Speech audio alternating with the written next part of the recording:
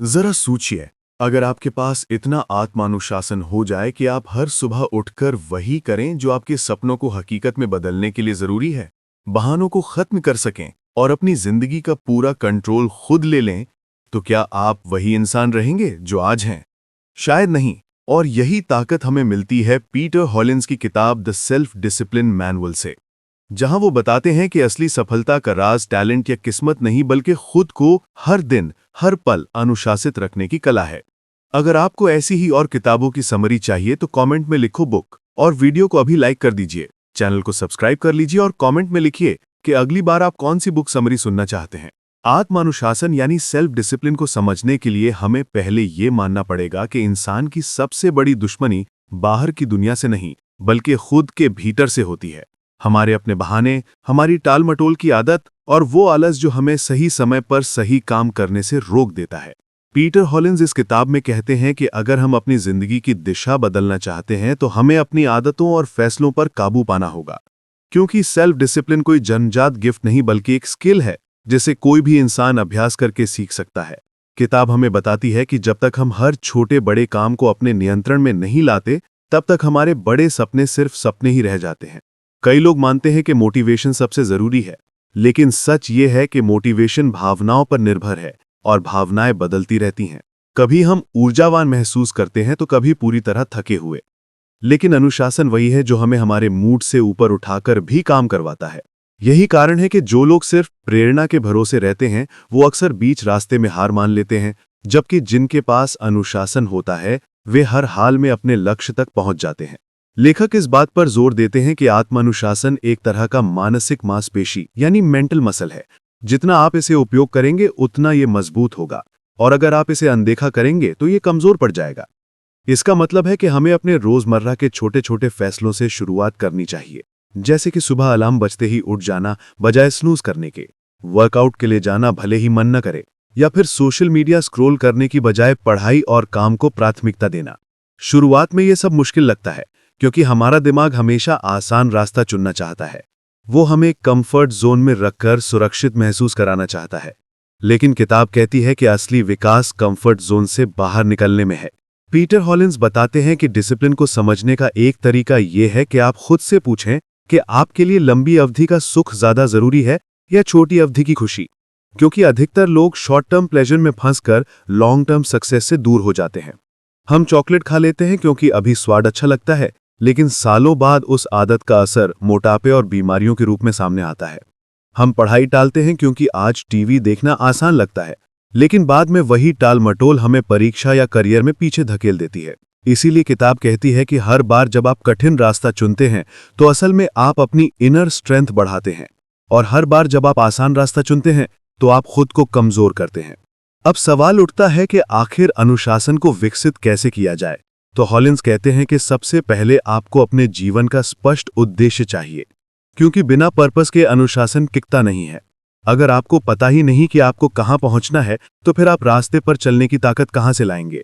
इसीलिए सबसे पहला काम है अपने गोल्स को साफ साफ परिभाषित करना और ये तय करना कि आप ये क्यों करना चाहते हैं।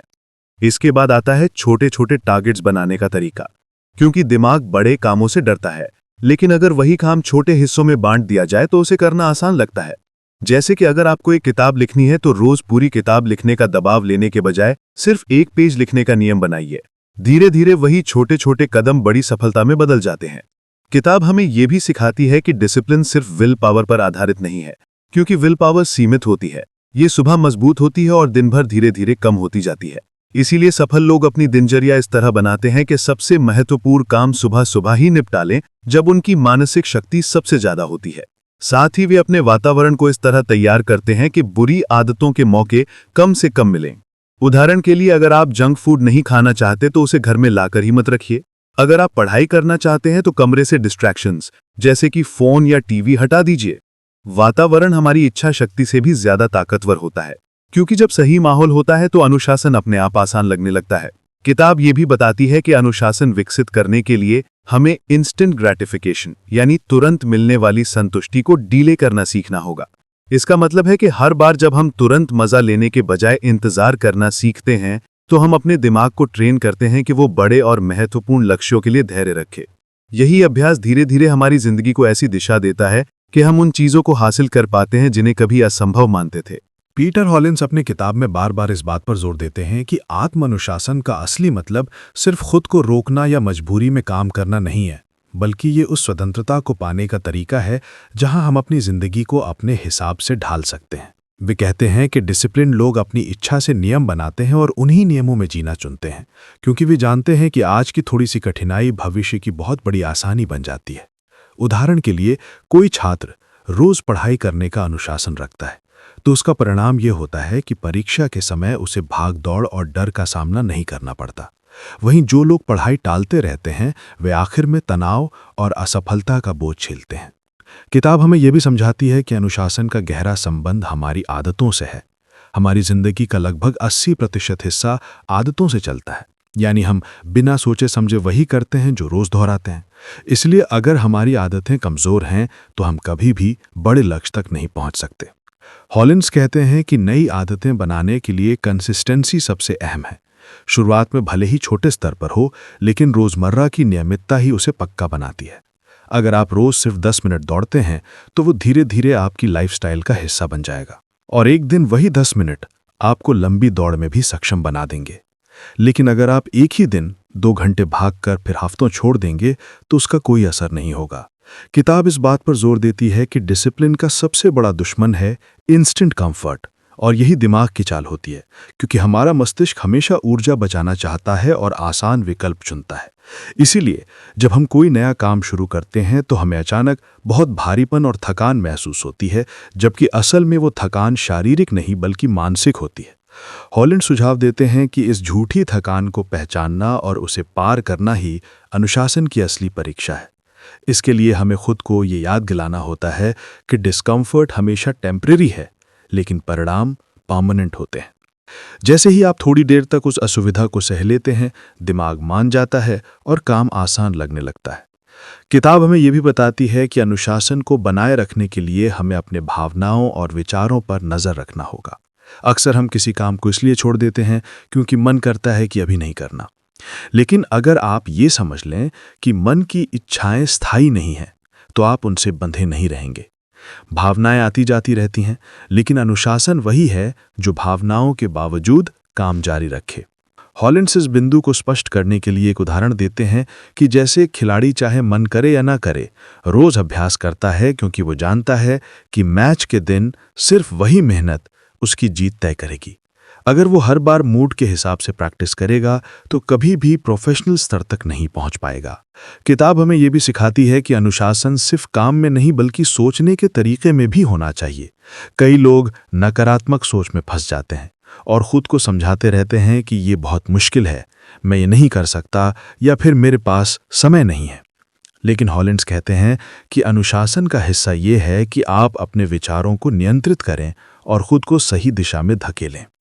ये सोच कि मैं ये कर सकता हूं या बस आज का काम खत्म करना है, आपको वो धक्का देती है जिसकी मदद से आप इनर्शिया तोड़कर आगे बढ़ पाते हैं। किताब ये भी बताती है कि सेल्फ डिसिप्लिन विकसित करने के लिए हमें खुद को अकाउंटेबिलिटी यानी जिम्मेदारी में रखना होगा।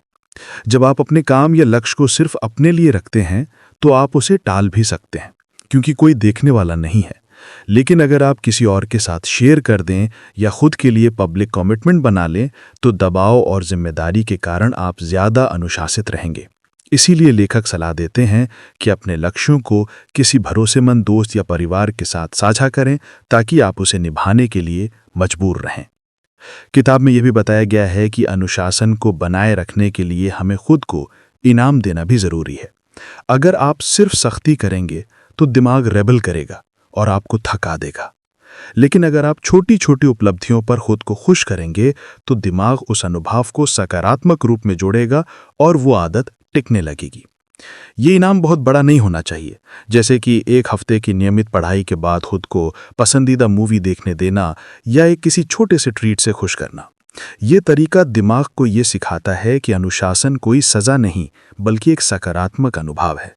हॉलिंस ये भी समझाते हैं कि जब हम अनुशासन की राह पर चलते हैं तो हमें सेटबैक्स यानी असफलताओं के लिए भी तैयार रहना चाहिए, क्योंकि कोई भी इंसान परफेक्ट नहीं होता। कई बार हम थक कर हार मान लेते हैं, काम अधूरा छोड़ देते हैं या बुरी आदतों में फिर से फंस जाते हैं। ऐसे समय में ज़रूरी है कि हम गिल्ट में ना फंसें, बल्कि तुरंत दोबारा उठ खड़े हों और फिर से कोशिश करें। आत्मानुशासन का असली मतलब ये नहीं कि आप कभी गलती ना करें, बल्कि ये है कि गलती के बाद भी आप लगातार दोबारा प्रयास करते रहें। यही कंसिस्टेंसी धीरे धीरे आपको इतना मजबूत बना देती है कि असफलताएं आपके रास्ते की रुकावट नहीं बन पाती। किताब द सेल्फ डिसिप्लिन मैनुअल हमें यह भी सिखाती है कि आत्म अनुशासन सिर्फ व्यक्तिगत सफलता या करियर के लिए ही नहीं, बल्कि पूरी जिंदगी की गुणवत्ता सुधारने के लिए भी जरूरी है। जब आप अनुशासित होते हैं तो आपके रिश्ते बेहतर होते हैं, क्योंकि आप दूसरों की उम्मीदों पर खरे उतरते हैं, आप समय पर काम पूरा करते हैं, आप भरोसेमंद बनते हैं, और यही गुण हर इंसान को दूसरों से अलग पहचान दिलाता है। हॉलिंस कहते हैं कि अनुशासन हमें मानसिक शांति भी देता है, क्योंकि जब आप अपने लक्ष्यों को समय पर पूरा करते हैं तो आपके भीतर अपराध बोध और टालमटोल का बोझ नहीं रहता। आप हल्के और संतुलित महसूस करते हैं। यही कारण है कि डिसिप्लिन्ड लोग अक्सर ज्यादा खुश और संतुष्ट दिखाई देते हैं, क्योंकि वे अपने जीवन को बेकार की चिंता में नहीं, बल्कि सक्रिय नियंत्रण में जीते हैं। किताब हमें यह भी बताती है कि अनुशासन और स्वतंत्रता का गहरा संबंध है। जो लोग अनुशासन से डरते हैं वे इसे कैद समझते हैं, लेकिन सच तो यह है कि अनुशासन हमें सही मायनों में आज़ाद करता है, क्योंकि ये हमें उन आदतों और इच्छाओं से मुक्त करता है जो हमें गुलाम बनाए हुए हैं। जैसे कि एक व्यक्ति जो खाने पीने में अनुशासन नहीं रखता, वो बीमारी का गुलाम बन जाता है। एक छात्र जो पढ़ाई में अनुशासन नहीं रखता, वो असफलता का गुलाम बन जाता है। एक इंसान जो पैसे खर्च करने में अनुशासन नहीं रखता, वो कर्ज का गुलाम बन जाता है। लेकिन जब वही व्यक्ति अनुशासन अपनाता है तो वो अपनी आदतों का मालिक बन जाता है और उसकी जिंदगी पर उसका नियंत्रण बढ़ जाता है।